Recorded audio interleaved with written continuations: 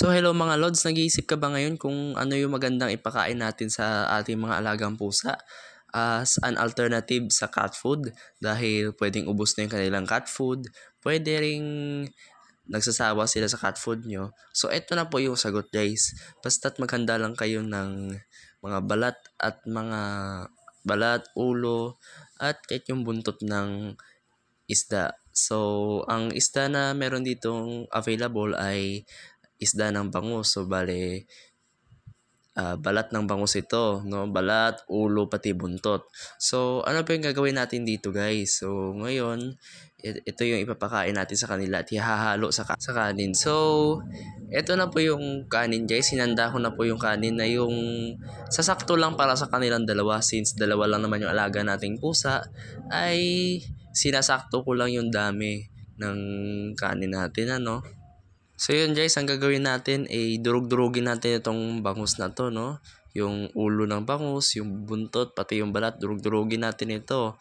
At yung makikita nyo, nakaabang na yung mga pusa natin dito, no? Dalawa sila nakaabang na talaga at ready na silang kumain.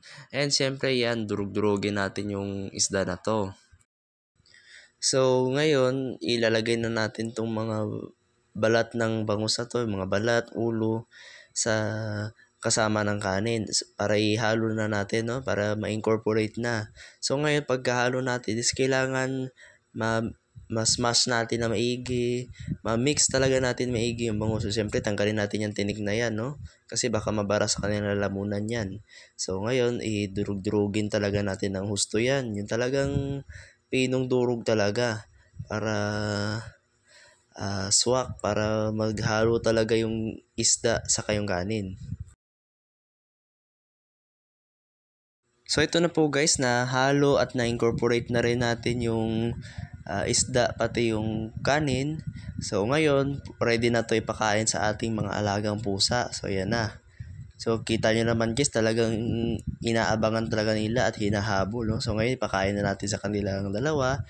And yes, tignan nyo, talagang focus sila sa ayun, no? Talagang kala mo hindi mo pinakain ng 3 taon, no? Pero yan, ibig sabihin, gustong-gusto talaga nila itong ginawa nating cat food. Mas nakakatipid at mas okay. Okay, so yun yung aking technique mga Lods. Kung gusto nyo maghanap ng mas mura, mas matipid, at mas talagang magkakaroon ng appetite yung mga pusa nyo kumain, ay gawin nyo lang itong technique na to. Sundin nyo lang. At masisigurado ko sa inyong hindi lang magugustuhan ng pusa nyo, kundi magiging healthy at tataba talaga ng husto yung pusa nyo.